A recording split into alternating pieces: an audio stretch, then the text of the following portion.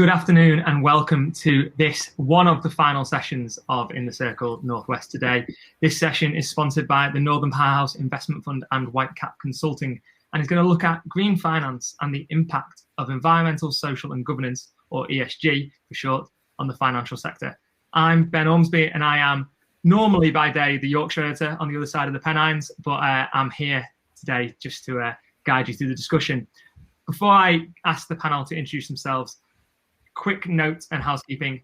There is a Q&A function on the right-hand side of your screen. Just use the chat button. Any questions you have for the panel, put them in there and I will pose them to them. Now, there's clearly been an acceleration in how investors and funders are using ESG in their decision-making criteria. And hopefully over the next 44 minutes, because it is 1 minute past 4 now, the panel that are with me, and you can see around me, are going to share what's driving the changes and what opportunities the rise of green finance provides, well, the Northwest and the North as a whole. So to get us started, panel, I'm going to ask you to introduce yourselves and just describe how much emphasis you put on ESG factors in your own investment decisions or within the businesses that you're working with. So I'll start with you, Julian, please. Thanks, Ben. Hello, everybody.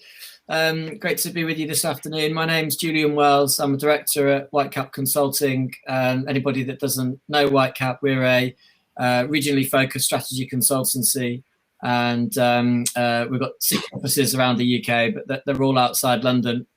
We've got Leeds, Manchester and Newcastle in the north. My role at Whitecap is leading on financial services and fintech. And so our interest in ESG has been increasing over recent. What we've seen is that it's become one of the hottest topics, and that's true across fintech companies, but also across the established financial sector, where we see organisations sort of wondering what is it that they're going to do to either introduce and embed ESG into the way they're thinking about the future, and also how can they align to some of the trends that are coming through in the narrative. So that's my brief intro from me, Ben. Perfect. Same question and request to introduce yourself to Richard, please. Yeah, thanks, Ben. Look, I'm Richard Barrett. The principal hat I'm wearing today is as a director and chief sustainability officer at Earth Capital. Earth Capital is a private equity company with investments in the UK and globally. We principally focus on private equity, and all of our investment is focused on sustainability themes. So when you ask the question, how do we integrate ESG, it actually drives the selection of our investment themes. And then we've developed our own ESG tool called the Earth Dividend, which does a holistic assessment of the sort of footprint of the businesses we invest in. And we will only invest in businesses if we think they have a net positive impact. So in that sense, ESG drives everything that we do. But I'm not at Earth Capital. I'm a board director at Triodos Bank, which is a sustainable banking operation in the UK. And I'm a fellow at the Institute of Sustainability Leadership at Cambridge. So, and my speciality there is really sustainable finance and investment. It's a good job we've got you on this panel. That's all I'm going to say there. Next, Grant. Hi, good afternoon. My name's Grant Pegg. I'm a director at the British Business Bank. We're probably best known for the interventions we've done to support businesses through the pandemic, but also we have a number of regional funds, and I head up the Northern Powerhouse Investment Fund, who are sponsoring today's event. We are one of the biggest early stage investors across the North. I think 1 in 5 equity deals are now backed by the Northern Powerhouse Investment Fund. In terms of ESG, like a number of organisations, we're trying to and refine our ESG strategy, but we're not starting from scratch. We're building on the work that we've already done, particularly in investing in sustainable businesses, particularly sort of smaller businesses who are transitioning and to reduce their carbon, but also supporting innovative companies who are developing some of the key solutions that we need to transition to a low carbon economy. Fantastic. And lastly to you, Gary. Hi everybody, thanks for your time today. It's a pleasure to be here. So I'm Gary Woodhead, one of the co-founders and CEO of a very strange stealth mode startup. We are a hybrid business. We are blending digitization and blockchain technology into the construction sector. So ESG all round. The digitization basically takes the construction market and effectively makes the public the equity and debt of the market. So a headache and hassle way to bring financial inclusion and a shared economy through the world's largest asset class. And then on the real estate side, the developments that we basically invest in and deliver are net zero energy positive residential houses. So we have the prototype down at one of the factories, and basically that is a 1,600 square foot house over 3 stories. It doesn't use gas and it produces 250% more energy than it actually consumes. So what you effectively have is fossil fuel completely removed from real estate. And the asset becomes a 4-yield asset other than capital growth and rental yield. It also has the yield of energy sold to the tenant if it's owned by the local authorities, as well as the surplus sold to the grid. And the fundamentals on both sides are the core underpinning of what we're doing at Curve Block. And because it's modern method of construction and technology, it's infinitely scalable. So we have the solution to decarbonize the grid and tick many boxes in ESG. We personally tick 9 of the 17 United Nations Sustainable Development Goals. You could have gone for a nice round number like 10, couldn't you, Gary? Just say, But no, obviously ESG, as you've all just alluded to, has sort of risen in prominence now, in particularly amongst those investment decisions. It feels like every business is now having to get their house in order. I guess, what expectations, perhaps to you, Richard, first, you alluded to that, the footprint plan. What expectations do you have for companies when you're looking to invest in them, and particularly how they meet the requirements that you have? And are you seeing it being easier to identify those businesses now than before because more people are talking about their ESG credentials? Look, I think more people are talking about their ESG credentials, but what I often find is they talk about them in quite a narrow way, i.e. they talk about their unique selling points and the areas where they have positive impact. I think one of the real challenges we have is that, we have to be net positive holistically. It can't just be in one area of performance. So I guess one of the challenges we have is, finding businesses that are really attempting to do something really positive in one area and then scrutinizing, the whole value chain of those businesses to really try to understand what their whole footprint looks like. What are the key dependencies they have in their supply chain or the impacts in their supply chain, and what are other impacts they have. And look, you read some horror stories in the press about companies that at one level look really fantastic businesses, very green and positive, and then you get some dreadful story about the way they treat their workers or supply chain issues or whatever. And we think, it's really important to try and understand all of that.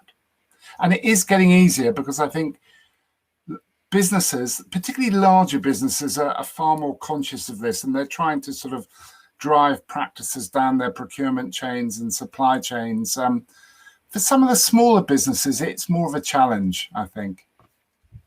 Grant, I can see you nodding along there. Yeah, I think that's right, Ben. I think just picking up Richard's point, it's perhaps much easier in sort of large corporates where you can have an ESG team or a chief impact officer who can sort of focus on this. For smaller businesses where you don't have the same sort of resources, it's much harder for them to articulate and prioritize what their requirements are.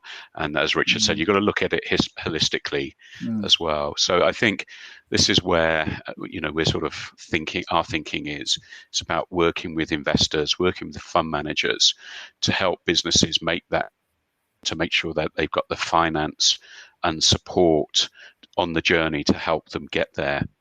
And I think the other bit, which I've kind of already alluded to, is the North is great for innovation. We've got great companies across the North, and I think some of the solutions to the challenges we face as a society will be delivered by small businesses. And without sort of focusing too much, there's a business we've recently supported out at Daresbury, which is looking at graphene and how you can use graphene to improve water quality as well. And I think it's innovation and entrepreneurialism like that will help make the difference, as well as the large corporates. And I think Richard's point about the supply chain is really important as well. I guess, Julian, that leads me on to you. Perfectly timed. Grant alluded it to there. The North is a hotbed of innovation, and obviously you deal with companies of all sizes through Whitecap. How much are you seeing that innovation coming through? We've heard Gary's sort of story at the very start, but how much are you seeing that innovation coming through in approaches to sustainability, and therefore it attracting new investment because people are looking for that step change? Yeah, so I think this is a real movement, I think, and this isn't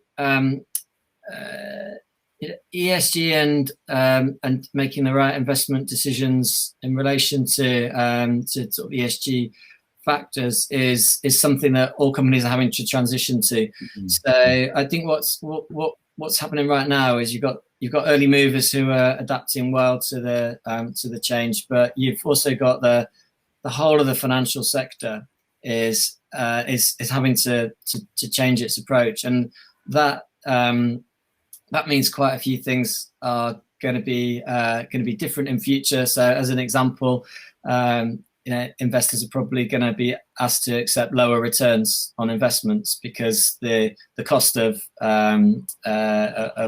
being operating in a more sustainable way is higher, and so that all has a knock-on effect. And over time, although at the moment we talk a lot about picking the right investments and making sure that companies have got their investments in the right area, over time everyone will have to have that kind of investment strategy that stacks up to the standards that are required. So I think what you've got at the moment is a lot of people asking questions and wondering what to do, and then you've got innovators, like Gary's company, and some of the other disruptive thinkers in the fintech scene who are using data and are coming up with new models that can help organisations to operate in a more ESG friendly way.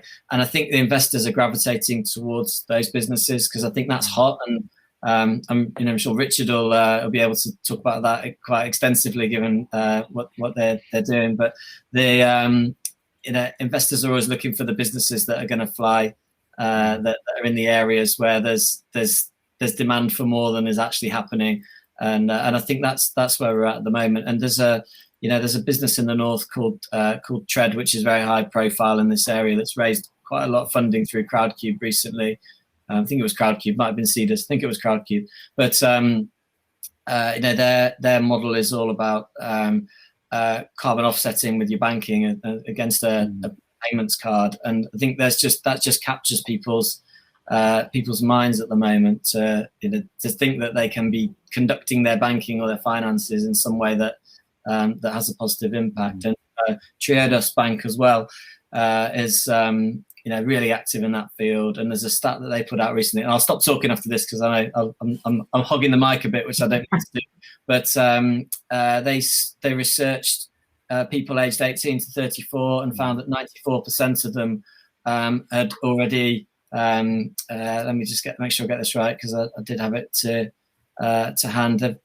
They've already moved or are looking to move their ISAs to a more ethical provider. Like 94% of people that are aged 18 to 34, it's a real, like I say, it's a movement, isn't it? So. And I think that it's a really interesting thing you mentioned there, that movement. And I guess, Gary, my question to you is, as a business that seems to live and breathe ESG, how have you found that funding journey? Has it opened doors because you're dealing with that sustainability agenda? Yes and no. The funding journey, I think, irrespective of what vertical you're in, is difficult. It's a frog kissing exercise. As you go down your roadmap and you get better at pitching, the product becomes more solid through traction. It does become easier, but we still had to go through the rigorous 2 years of finding investment from friends and family, low ticket angels, high ticket angels, and then the VC. The ironic thing is, we actually buy loyal VC from Toronto, Canada, and we didn't even have to pitch. I started to pitch on the interview, and he just went, "Shut up." I'm like, thinking I've messed up, and basically he says, "You don't have to pitch to us, you're in," because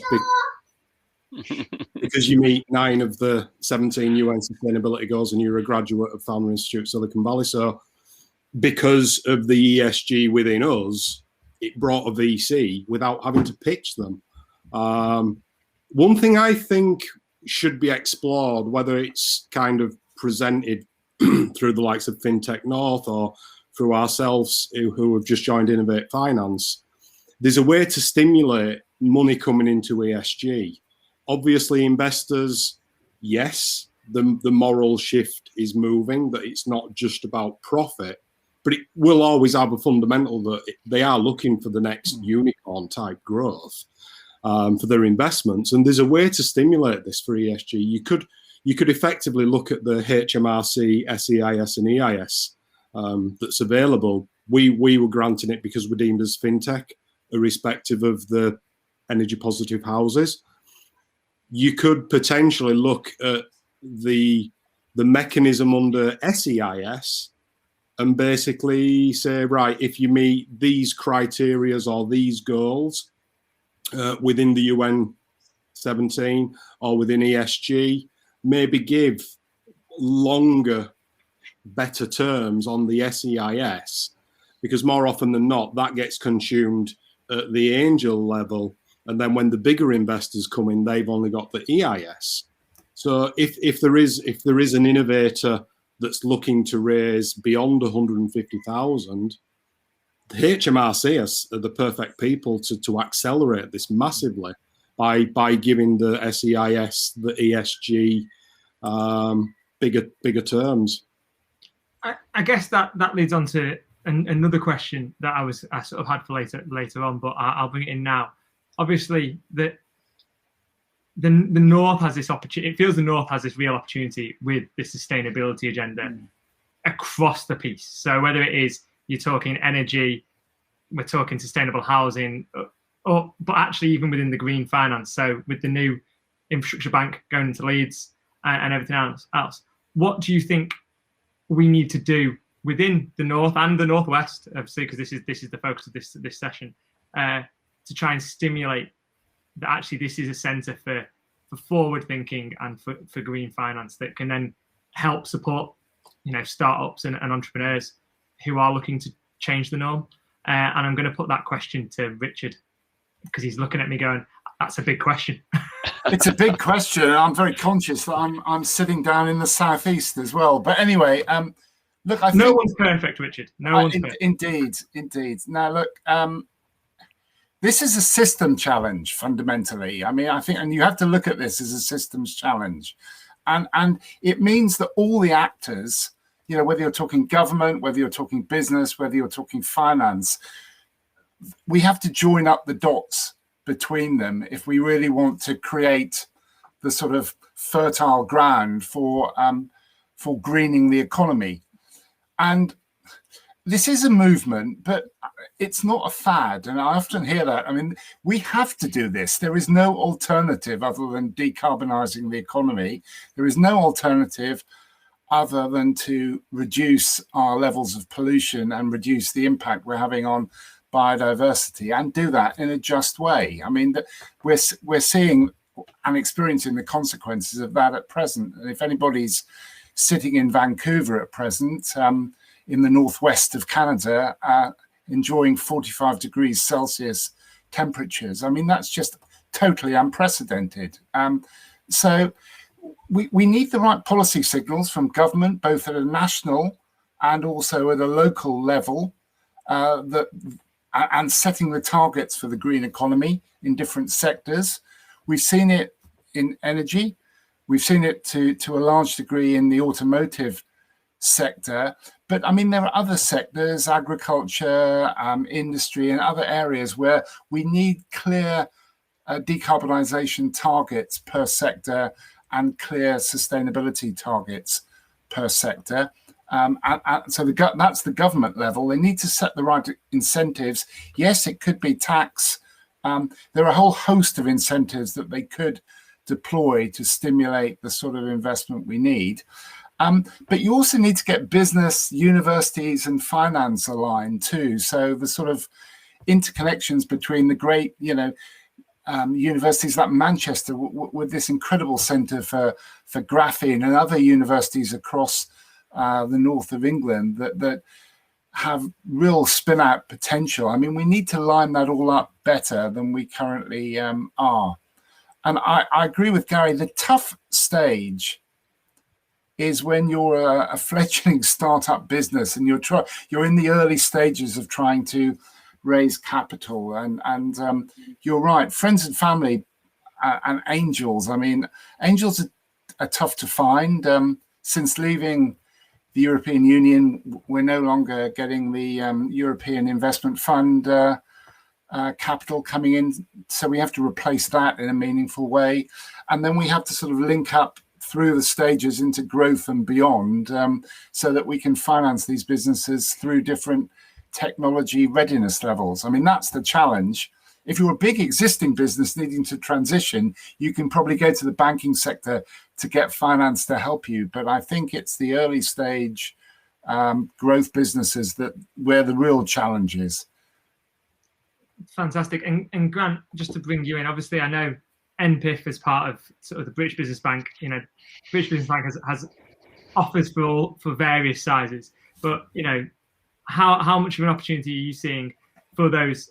And I hate to focus on just the innovators, because I think it might have been you who said it to me once. It's easy to talk about them. They're the sexy side of this sort of green money. But how much of that are you seeing coming through NPIF and other regional funds, and how much are you thinking longer term about NPIF 2, etc., that we might need to focus on that sustainability agenda a bit further?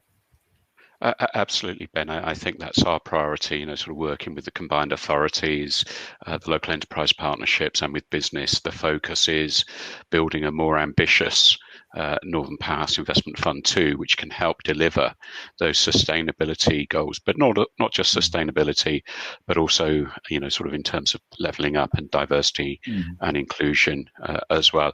And I think sort of Richard's touched on one of the key points. It's about joining up. We tend to operate in silos. There's a bit of a competition. Should it go into Greater Manchester? Should it go into Tees Valley?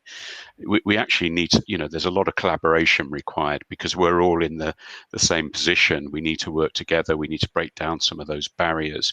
And I think, this is where the North can come together to set out, its strengths, whether it's in energy, whether it's in innovation, and work collaboratively. But clearly our part of the responding to the challenge is making sure that there is finance available for those small businesses who are either developing innovative solutions, or, to go back to my other point, those sort of businesses who need to reduce their carbon footprint, and giving them the support to do it. And I think the North has a lot of assets going for it. We've already talked about the National Infrastructure Bank being based in Leeds.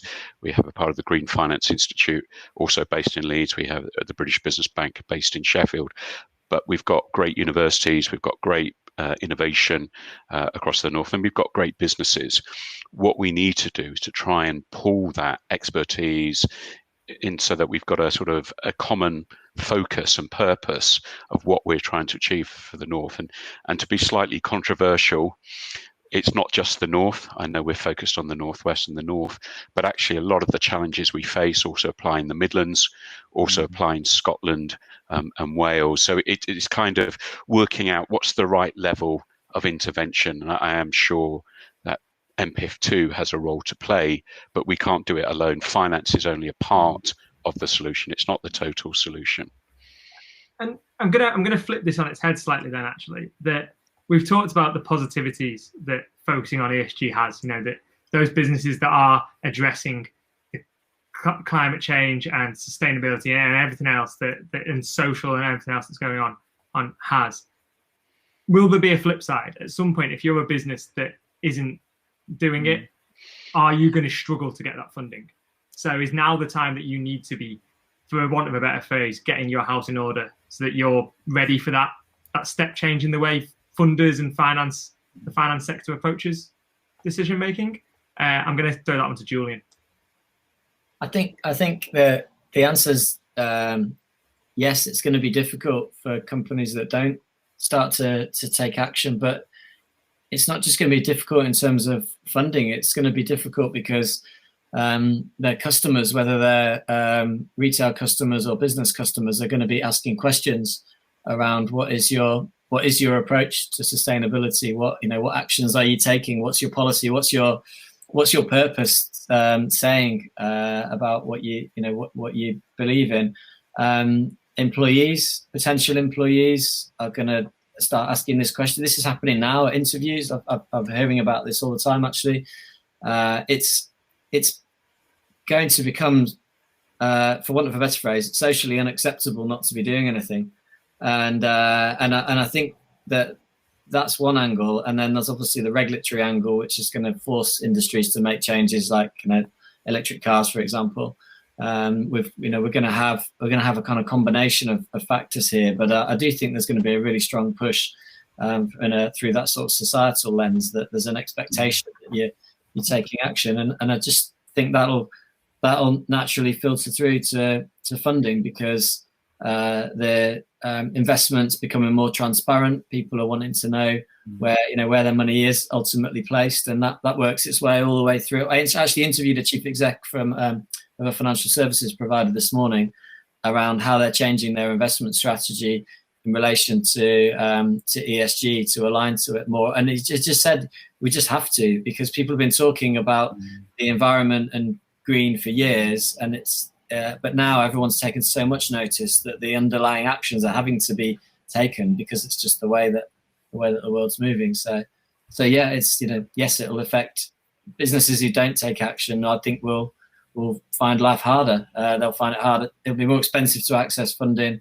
It'll be harder to access talent. It'll be harder to keep and to find and retain customers, and all of that stacks up to market forces that don't get you to perform very well. Suddenly not being sustainable stops you being a sustainable business. By the sound, by the sound of it, to me, that becomes the crux of the matter. Yep.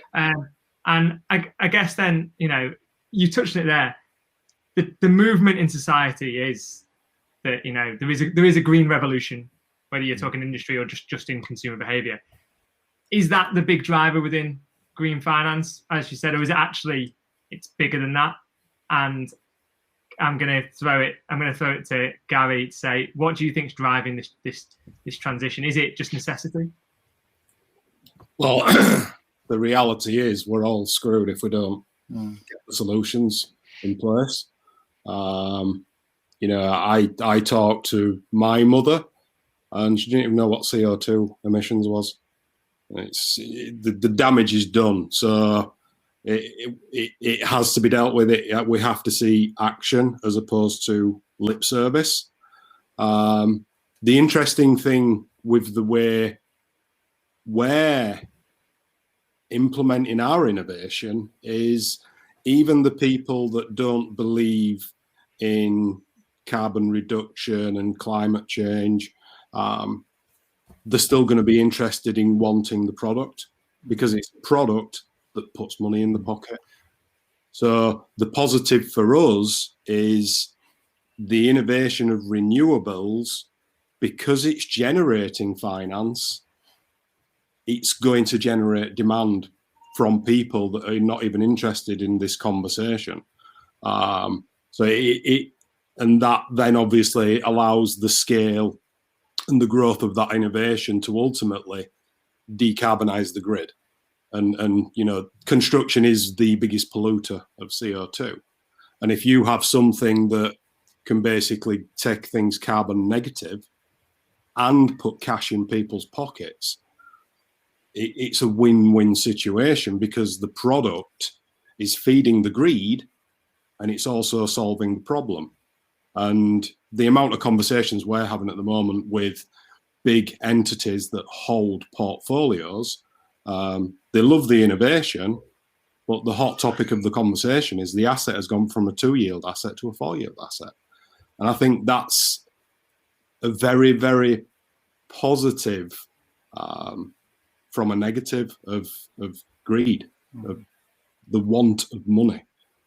It must stop so much innovation. And so that's the positive spin that I'm really excited with what we're doing. The fact that financial greed will stimulate CO2 reduction. I guess one question that I've wondered, it partly stems from a session I chaired about an hour ago. The carbon offsetting, is that enough for a funder to tick the box and go, I'll still invest in you? Or is that our funders going to be looking at carbon offsets now and go, no, you're nowhere near doing enough to make this sustainable? Richard, you're nodding at me, so I'm going to you. Yeah, I was talking on this subject recently. Carbon offsets, I think, are one of those contested areas where there are lots of myths flying around.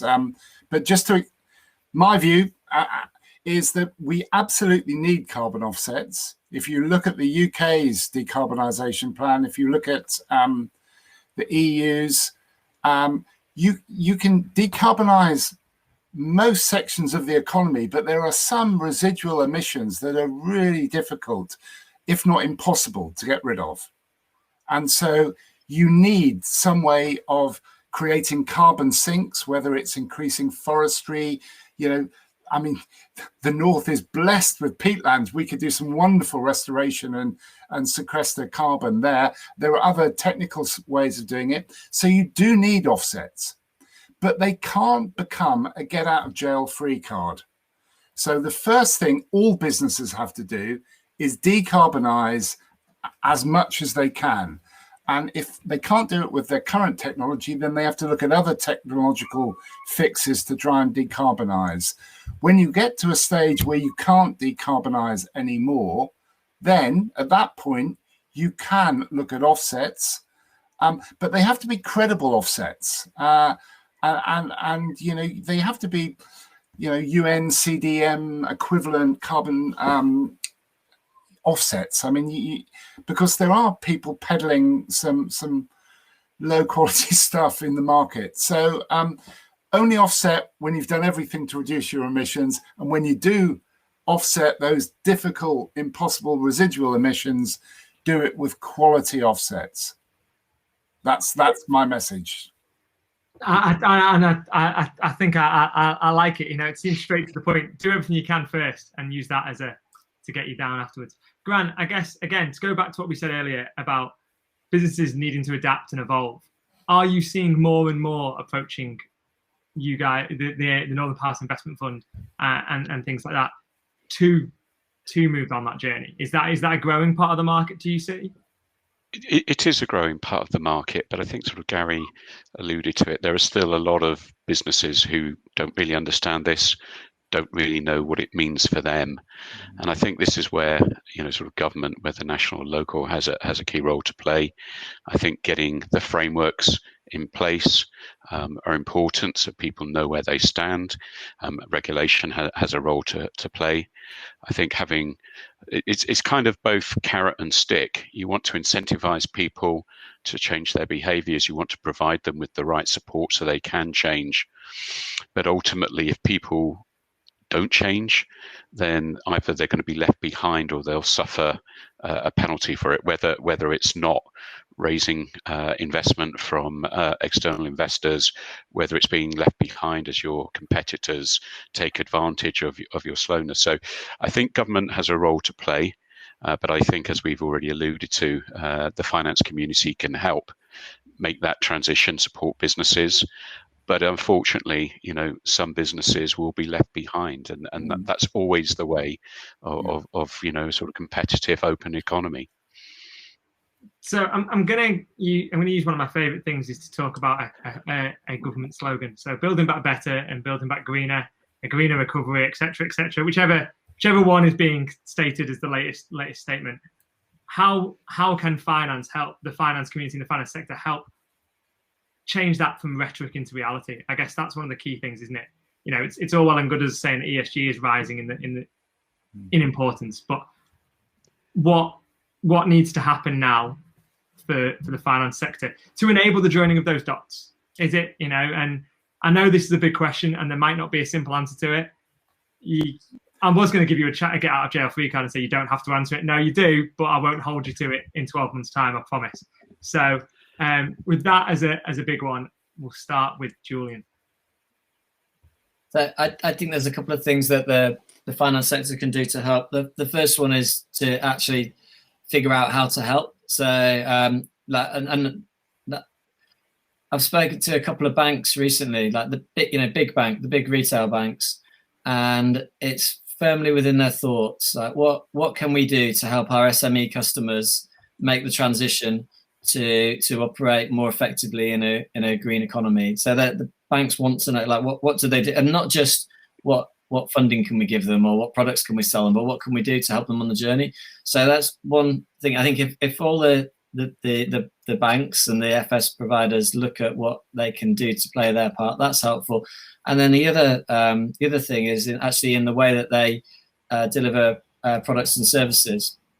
And you can see some examples of this now, but to offer incentives, and some of that might be supported by government funding as well in some shape or form, but offer incentives for people taking the right actions. So some mortgage lenders are now giving a discounted mortgage pricing if you've got a particular EPC rating on your property. Some loans, I think we'll see more and more lending on preferable rates if you're using it to make an improvement to your home that makes your home more energy efficient, for example. And that's some of that stuff's been around for a few years. So, but I think they're the two things. One is sort of help more broadly on the journey, and the other is to design products that incentivize people to take the right actions. Perfect. Same question to you, Gary. Two answers. I'd like to see the government grants that are available more broad than very, how can you say, you go on Innovate UK and you look at the grants that are available and they're so specific.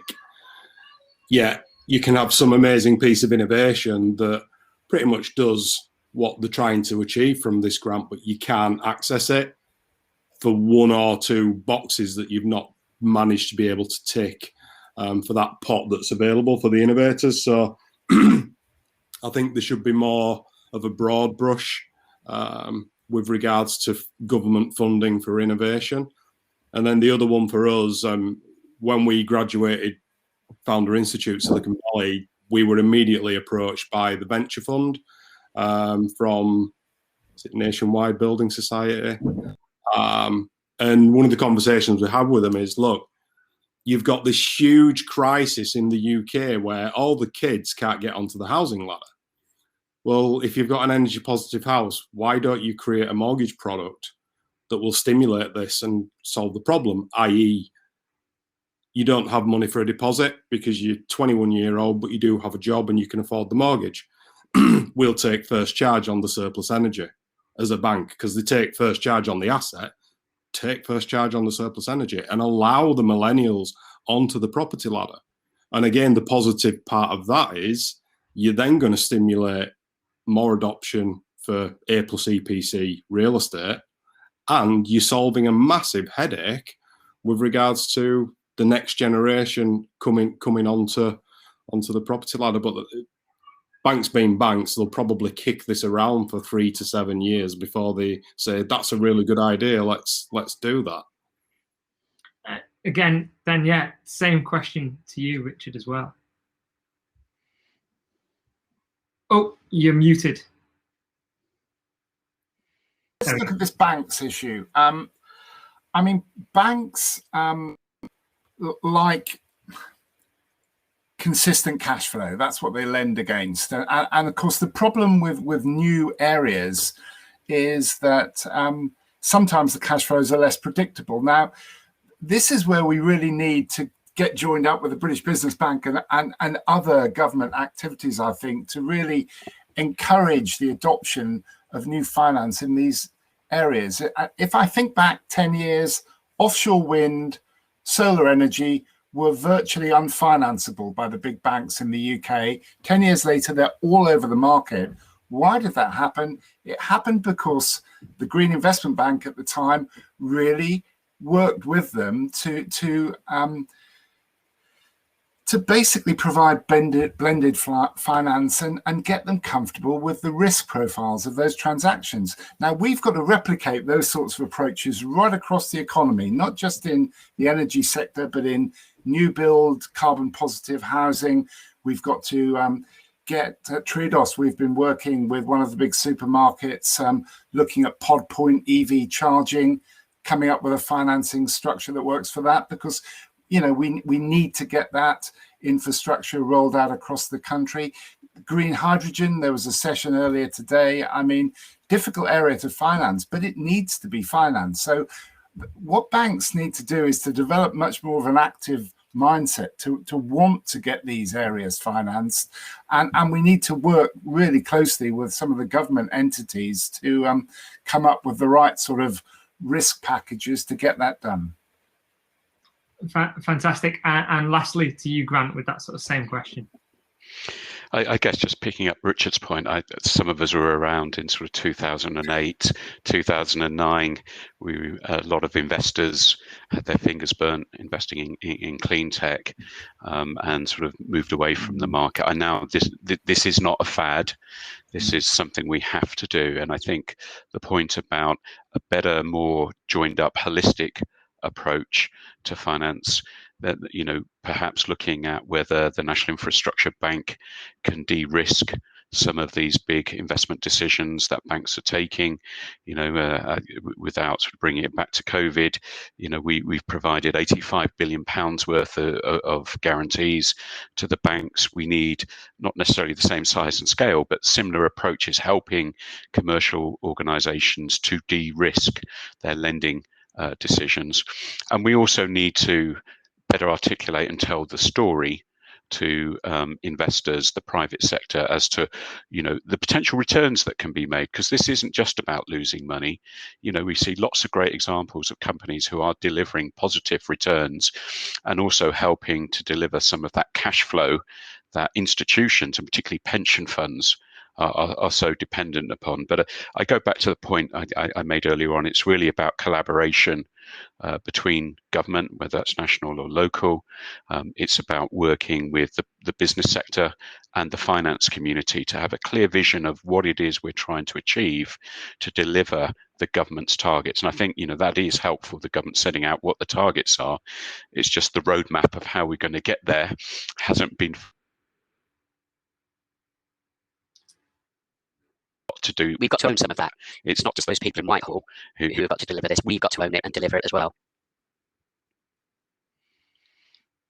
And I think that is the perfect statement to bring us to an end on, as we have less than a minute left, I can tell by my clock, and I'm going to be getting the angry message from backstage shortly. But I think it's clear from the course of this discussion, a lot of it, we're moving in the right direction. We're perhaps not moving at the speed at which we would all like, and what perhaps we need to do. But finance and green finance, the finance sector as a whole has a pivotal role to play in both the UK and probably the global shift towards a net zero economy. So hopefully that has been informative for everyone who's been watching. I'd just like to take this opportunity to thank all the speakers, to thank the sponsors, Northern Powerhouse Investment Fund and Whitecap Consulting, for, well, I've certainly found it interesting, and that normally means that hopefully other people have as well. And there will be a full write-up of this on thebusinessdesk.com in the coming days, as well as a video made available to watch at a later date. So thank you very much, and yeah, goodbye. Thank you.